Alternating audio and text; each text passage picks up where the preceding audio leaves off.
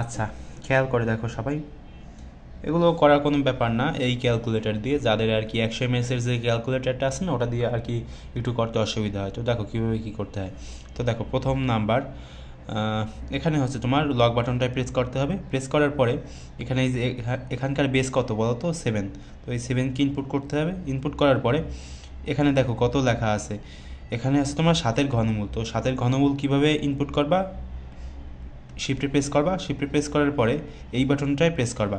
তো এই বাটনটায় প্রেস করে এখানে যদি তুমি 3 দাও এবং নিচে যদি তুমি 7 দাও, তাহলে কিন্তু উত্তরটা এসে যাবে। উত্তরটা আসছে কত, 1/3। ঠিক আছে, গেল এক নাম্বারটা।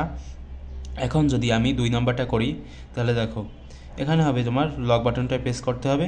এখানে আছে তোমার 3-এর ঘনমূল, বেসটা।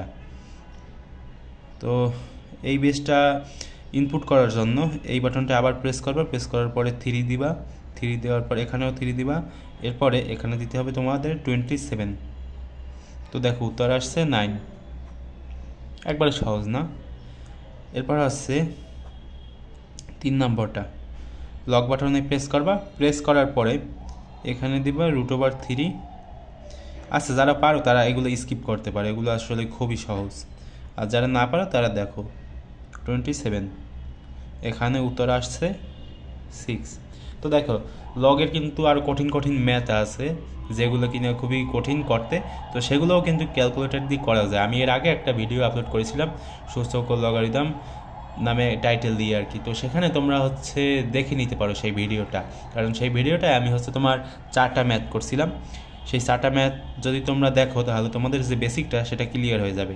কারণ এখানে একবারে সহজ, এগুলো একবারে সহজ। মানে তুমি শুধু লক বাটনটায় প্রেস করবা আর ইনপুট করবা, এতটুকুই। এর চেয়ে কিন্তু আর কোনো কঠিন কিছুই নাই, ঠিক আছে? আর সেখানে একটু কঠিনগুলো আর কি দেখানো হয়েছে, যাতে তোমাদের বেসিকটা ক্লিয়ার হয়।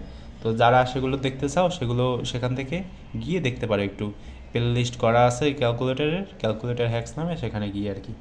আচ্ছা, দেখা হবে পরবর্তী কোনো ভিডিওতে।